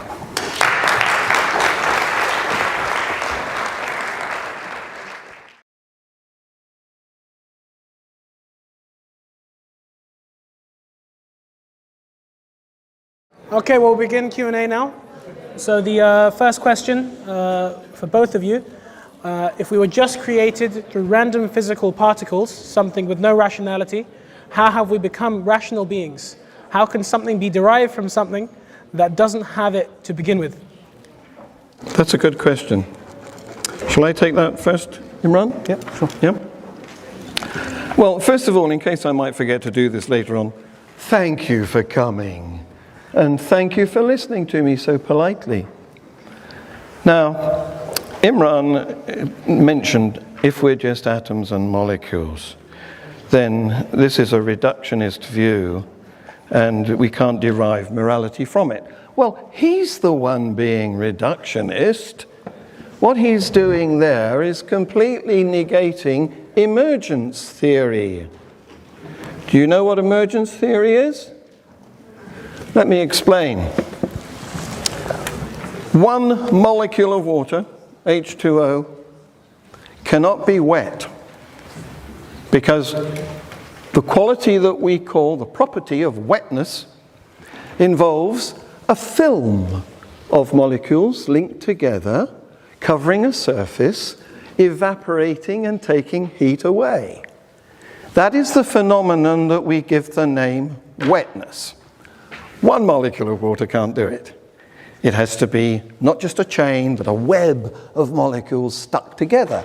Wetness is a property that emerges from a collection of molecules. Now, if wetness can emerge from a collection of molecules, just imagine what can happen when you take a simple bacterium of 4.5 billion years ago and give it 4.5 billion years of evolution to end up with some mammalian creatures like us. all sorts of properties can emerge, and they have.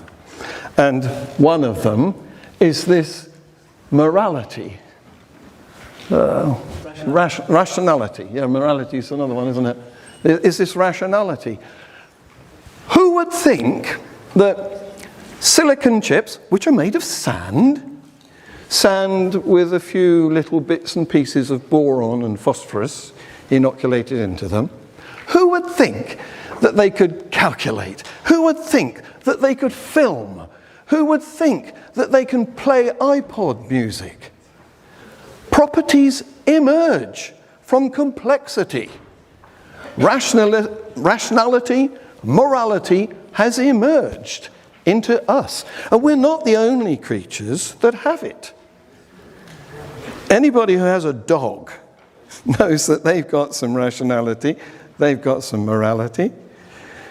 Anybody who's seen films of a mother dog raising kittens when, the mother cat has lost its life and the mother dog has lost her puppies, you can plug the kittens in.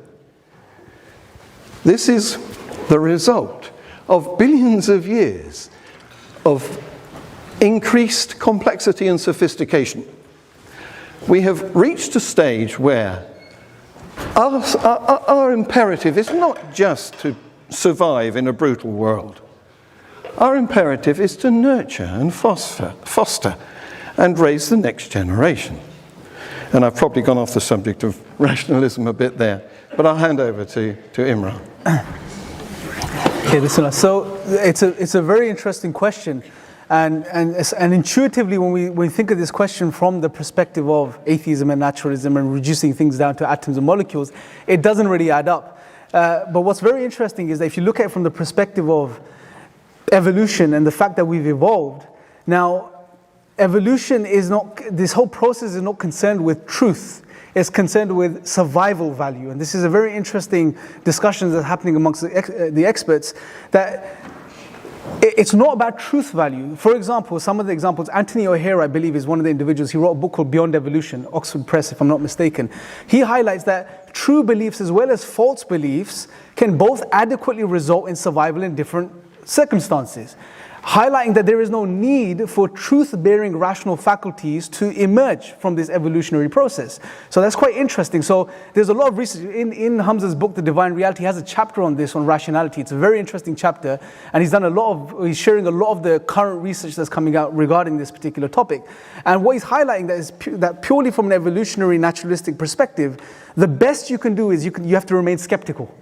Because there is no explanation, no way of explaining how truth-bearing rational faculties have emerged in human beings when both true beliefs as well as false beliefs can adequately result in survival. So definitely check that out. So it is a problem at the moment currently, and it is something it's neither here nor there from a naturalistic perspective. So at best, they have to remain skeptical. And if they have to remain skeptical, well, then that presents other problems too, other philosophical problems, which is, well, if you can't account for your truth-bearing rational faculties, where does that leave you now? All of the claims that you make, the truth claims that you make, all of these methods we adopt, and for example, the scientific method.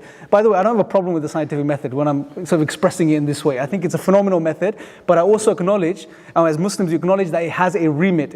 It deals with the material, physical world, and that's the scope. It makes no assumption. It hasn't got a foot in the door when it comes to other metaphysical realities, but it's a different point. What do you propose as an alternative source of information then? Palmistry? I tried to discuss that with you, but obviously you didn't want to acknowledge testimony. Well, you seem to have gone back to the discussion mode now. Question, please. So the point being, it lands you in a very sticky wicket if you're a naturalist and you ascribe to this evolutionary outlook on life, because you have to remain skeptical, and therefore all of the truth claims you make, all of the things we ascribe to that we believe are true, and the methods we use to inquire about reality and understand the truth, all of this, you can't account for any of this anymore. So it's highly problematic from that perspective too. But yeah, that's all I'll mention on that, inshallah. Right, I should have clarified. I'm trying to limit to 3 minutes each for responses to questions so that we can get through questions easily. Right, so the next most popular question, which is now the most popular question. If the extremist Muslims are committing acts of atrocities for the hope of reward in the afterlife, then in the model of single existence, then what is the reason why it is morally incorrect to steal, kill, rape, etc.? The English language is a bit limited here, but I think you get the idea. So 3 minutes each. Yeah. So if the extremist Muslims are committing acts of atrocities for the hope of reward in the afterlife, then in the model of this single existence, then what is the reason why it is morally incorrect? What is the reason why it is morally incorrect to steal, kill, rape, etc.? I think it's then in this representation of existence. Yes. Is that the meaning? I believe so. I have no idea. So, I can read okay, 101 ways, man, to be honest. That's probably one for me again. I expected to get most of the questions with this audience. Why is it morally incorrect to steal, kill, rape, etc.? I can tell you that. It's because it's detrimental to survival. If you kill or rape somebody or steal some things, somebody's going to come after you. There will be deaths. And our imperative is to succeed.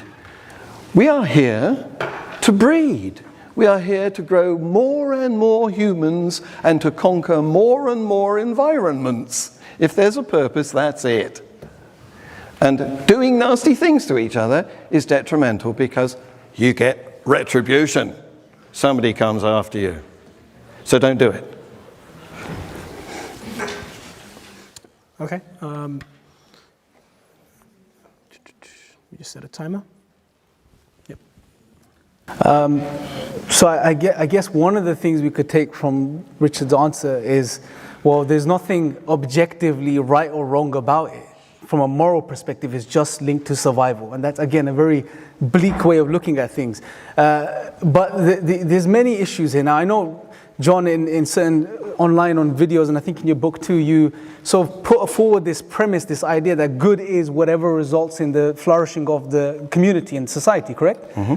So, and bad is the opposite, or evil is the opposite, which is that whatever leads to suffering and harm. This is very similar to Sam Harris's moral landscape. And the problem here is... I like to be bracketed with him. Okay, well, either way, there's an issue. And the issue here is that you are making a claim here that good is X. Good is what leads to the flourishing of humanity. Where did you get this idea from? How do you know that's good?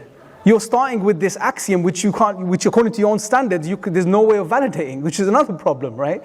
So this whole idea, and on top of it, as soon as you say good is that which results in human flourishing and the benefit of society, this in and of itself is a type of a moral claim. Well, right?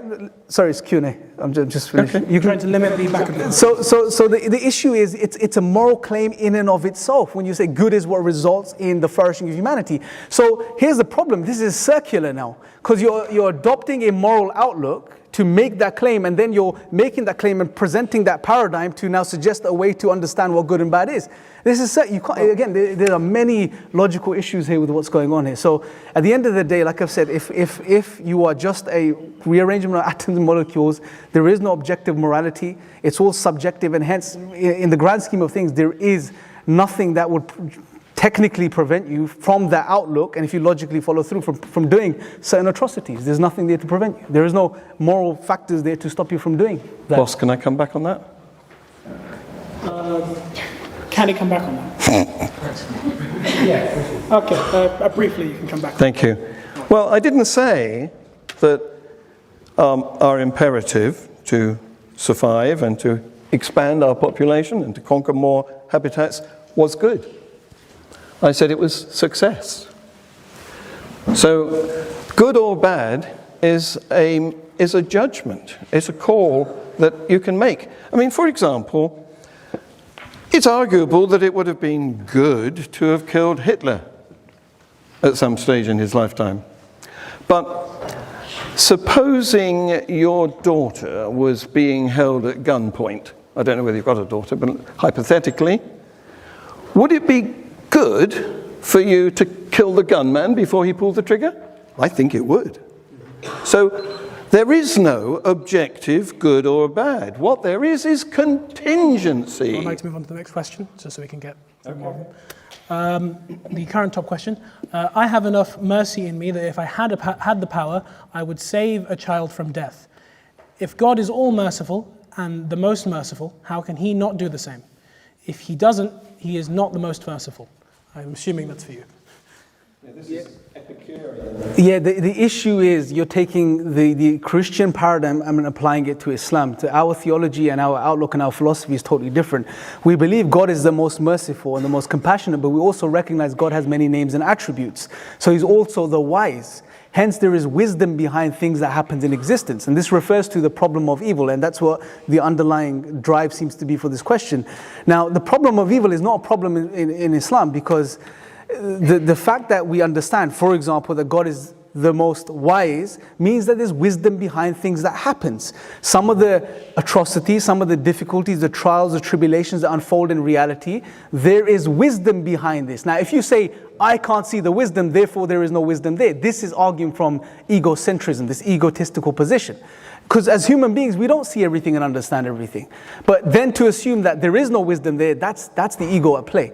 So we understand that God has many names and attributes and they all reconcile together.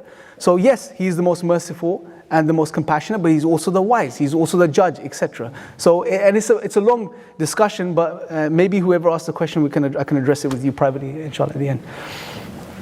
And my Loch Ness monster is pink. These are claims. There's no evidence for them. And Epicurus, I think, was the first recorded person to come up with this dilemma.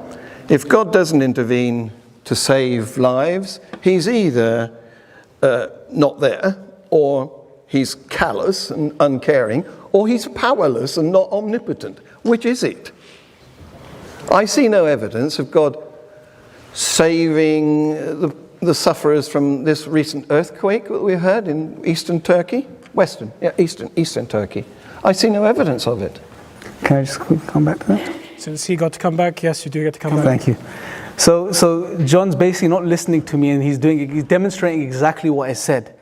And that is that just because you don't see the wisdom of what's happening, a specific event or occurrence yourself, it doesn't mean there's no wisdom there. Islamic theology teaches us that God has many names and attributes. He's not just the loving or just merciful. He is also the wise. And I gave you the example of the attribute of wisdom to highlight there is wisdom behind things that happen. I heard you make your claims. Yeah, so if that was the case, you should have maybe thought They're through. just claims. I will note, your microphone is on. When you said claim after everything you said, that is on. People can hear you. If we can please keep it respectful, if you will. Sure. Okay, the current top question. Nice and simple for both of you. Can science and religion not coexist? No, they can't. And the reason is they make diametrically opposed claims. Science investigates, gathers evidence, and makes models to help us to understand the natural realm. Religion, whatever flavor of religion it is, makes claims based on no evidence that they are dogmatically correct. We, as scientists, admit we don't know how the origin of the universe came about, if indeed it did. That's a bit dubious now. We don't know how life originated, whether it came from outside or whether it arrived here or whether it began at the thermic vents under the deep sea. We don't know. And we're honest and honorable. We admit that. Religious people make claims that they do know about the origin, that there's a creator who made things. He made them from nothing. I'm made of dust. But according to the Christian tradition, women are not. They're made from the ribs of a man. Apparently the dust ran out. Come on. Well, John seems to really be taking his opinion seriously right now with all the emphasis behind what he's saying. But look, from the Islamic, again, I really believe, and I say this with respect, John, I think it's the ignorance of the philosophy of science and the ignorance of the Islamic tradition which is leading you to some of the conclusions you're making right now. History is testament to this. The Quran is testament to this, the source text of the Muslims. Throughout the Quran, God encourages to engage with the material physical world. God continuously tells us, do they not see? Do they not reflect? Have they not seen the camels and how they were created? Do they not look at the sun, the moon, the stars? God is encouraging us to do observations, to study the world. God is encouraging us to do this. And this was something that the scientists in Islamic Spain, for example, understood.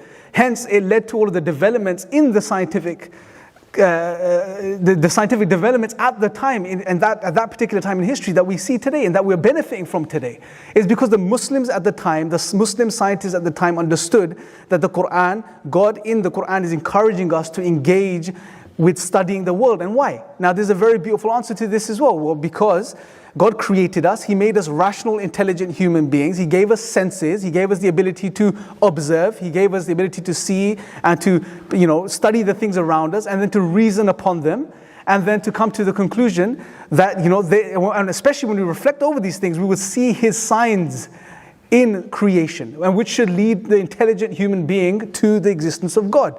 Right? And this is something that's somewhat acknowledged by the science today as well, which is that there is fine-tuning within the universe. There are certain constants and quantities within the material physical universe which appear in a way that they seem to be designed. Richard Dawkins himself acknowledges this, right? So that may be interesting to you because you incline towards the science. Now, the point I'm trying to make is that yes, that Islam and science, at least Islam and science, can go hand in hand. They have throughout history, and we've seen some amazing developments because of this. There is no disparity. There's a beautiful verse, and I'll end on this point in the Quran, where God says, He brought us out of our mother's wombs, not knowing anything. And then He gave us hearing and sight, referring to the senses. He gave us our senses, and He gave us minds, intellects, af'idata in Arabic, which basically means not only hearts, but it's the mind. It's the activity of the mind. And He gave us these things so that we could be grateful. So the fact that we can engage in the scientific method, to study the world, and we can reason upon it, and we can understand it, is a great blessing from God. Right? And the underlying, things, the assumptions of science. Because what do you need to do science? Let's be honest here. You need a rational, intelligent mind that can understand the world, and you need a world which is intelligible, which is uniform, meaning it could be studied. You could do repeatable observations on it. You need a universe which has uniformity. Right? How do you even make sense of a uniform universe in the absence of God anyway? There are huge problems.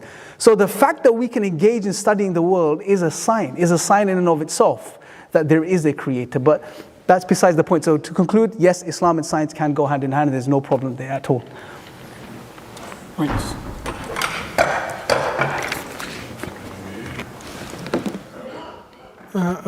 This question is specifically for Imran. We have one life which we perceive and understand. The idea of calling it absurd implies that there is another life which we compare it to and say, look, this is how life is meant to. However, we cannot do this, and so surely have no idea what an absurd/non-absurd life is. Yeah, I don't think that point's quite coherent, because what I'm trying to highlight is that there are certain things as human beings, just from our very nature, we recognize to be true, that we hold on to, that we hold sacred. And what I simply was trying to do is highlight that on atheism or naturalism, you cannot provide an account for these things, which renders life absurd from that perspective. I mean, if atheism and naturalism leads you to a type of existential nihilism and meaninglessness from the perspective of our existence, then of course that's absurd. Because every part of our being recognizes that we have meaning, we have value, human life has value, that there are morals, that it is wrong to do certain things. Right? If I was to ask John right now, is it wrong to kill an innocent child for no reason? He would say absolutely.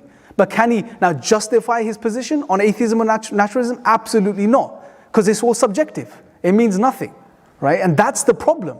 That's an absurdity. If we can't appreciate that that's an absurdity, then there's something not right there from that perspective. Right.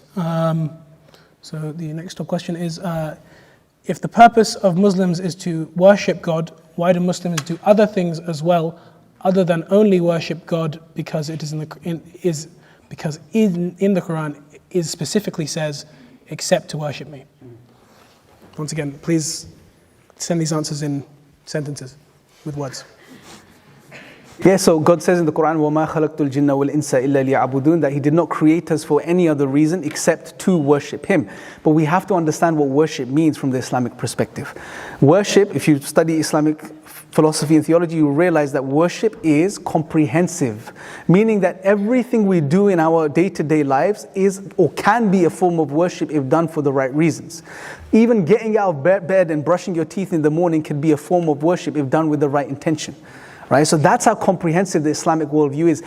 And I can appreciate the confusion there, because when we think of worshipping God, the general idea that comes to mind is praying, supplicating, praying 5 times a day. These are ritualistic acts of worship.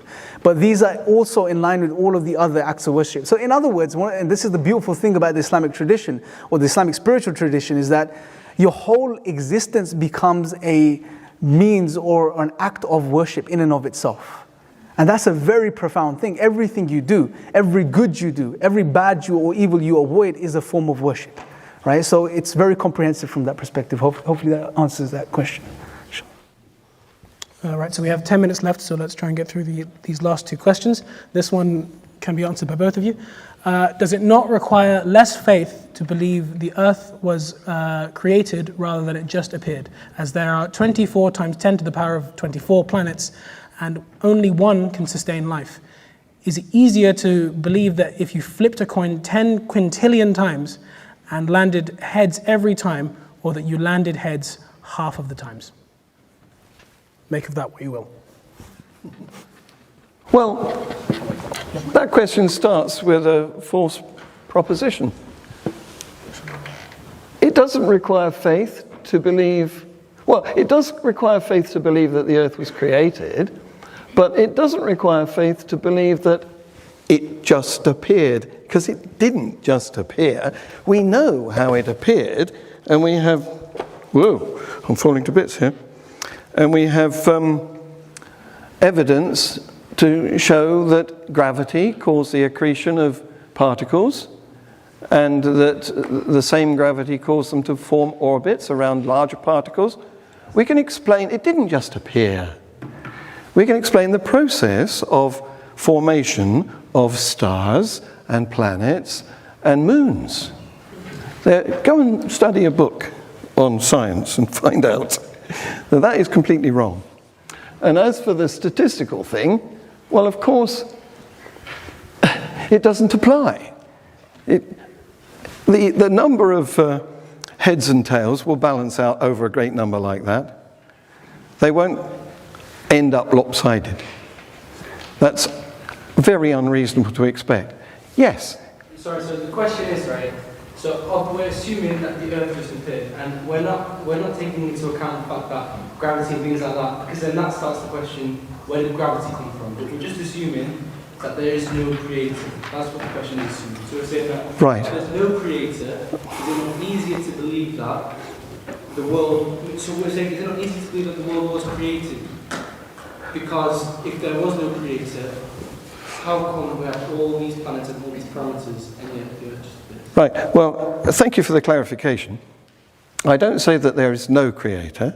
I say there is no evidence for a creator. And looking at what there is and calling it creation, and therefore assuming by some process that it's your God that did it and not, Unkatuan, I can't remember the name. There's an African god whose name I usually roll off now.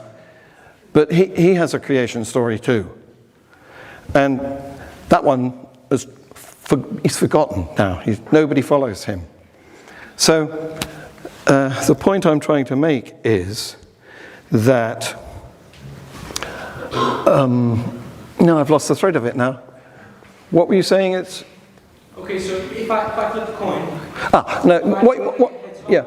Is it not easy to believe that in terms of probability, does it not require less faith?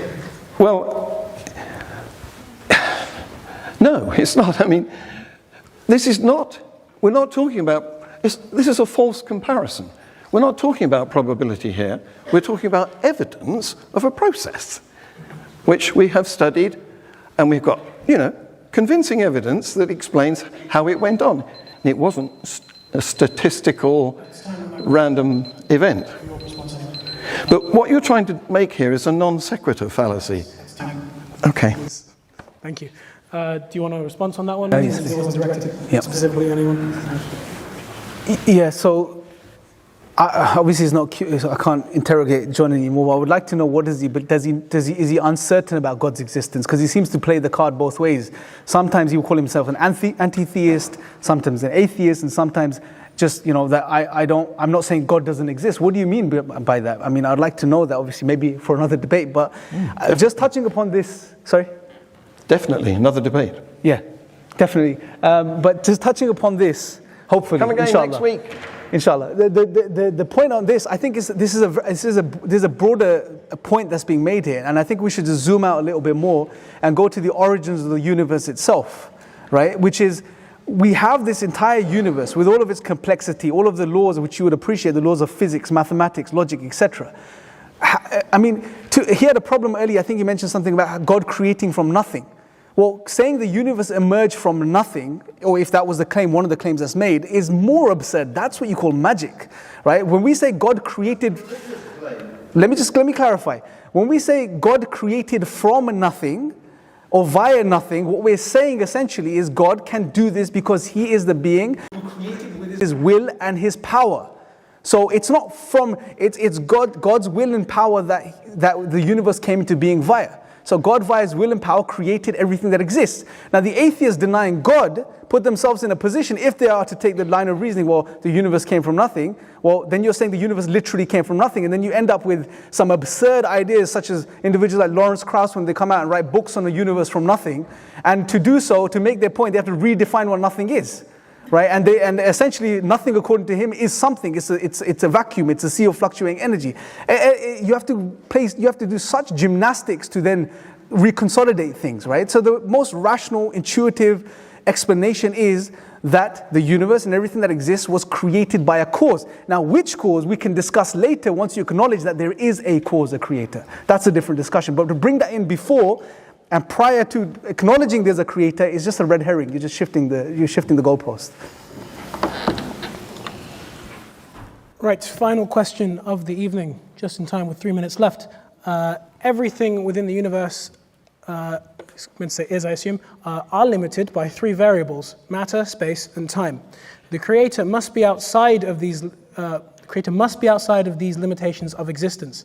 So how can we assume a creator we cannot comprehend has to be observable in order for the existence of a creator to be rational? Well, what you've done there is an ad hoc fallacy. You've created another claim in an attempt to bolster the first claim. You're saying, I can't produce evidence for my God, therefore I'm going to imagine that there's a supernatural place where evidence cannot be seen.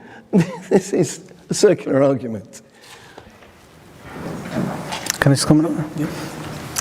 I think that's a brilliant question because it exposes John's position from the perspective that he's acknowledged that science is the only way to truth for him. Hence, everything has to be understood empirically. But when we're talking about God's existence, at least from the Islamic perspective, we are talking about the creator of everything that exists. And you've mentioned, I think in your book that, or in one of your videos, you mentioned that this cause we don't find him in the universe. Of course you're not going to find him in the universe because he created the universe and everything that exists. And to then ask for empirical data for a being that's beyond his material creation is absurd. That's another absurdity, right? This is ridiculous. You can't do that. You do see you're making a claim, don't you? That there is somewhere outside the universe? I'm trying to highlight to you that existence is far greater than the material observable reality that science can deal with. We have other truths which are right. Moral claims, morality is something we've been discussing today, which is non-material. Science doesn't have a foot in the door when it comes to explaining where morality comes from. It's amoral. Right? So when it comes to the existence of God, we're talking about metaphysics here. These are things beyond the physical.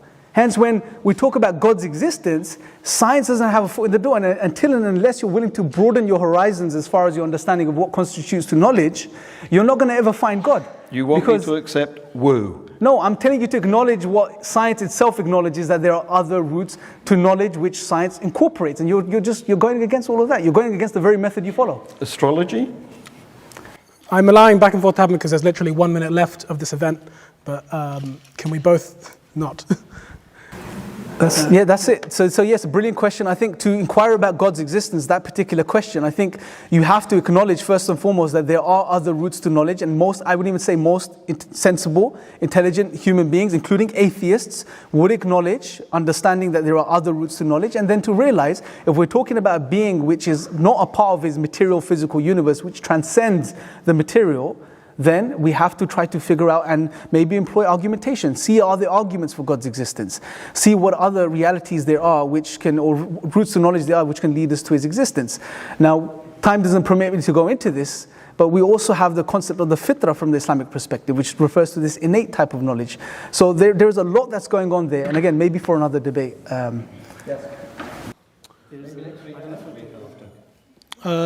I believe, I know you have a question, you may want just come and speak to one. I'm sure either of one of you are happy to speak afterwards, maybe perhaps. Sure. I think we are at the end of the event, so I'd like to thank you all for coming. I'd like to thank both speakers.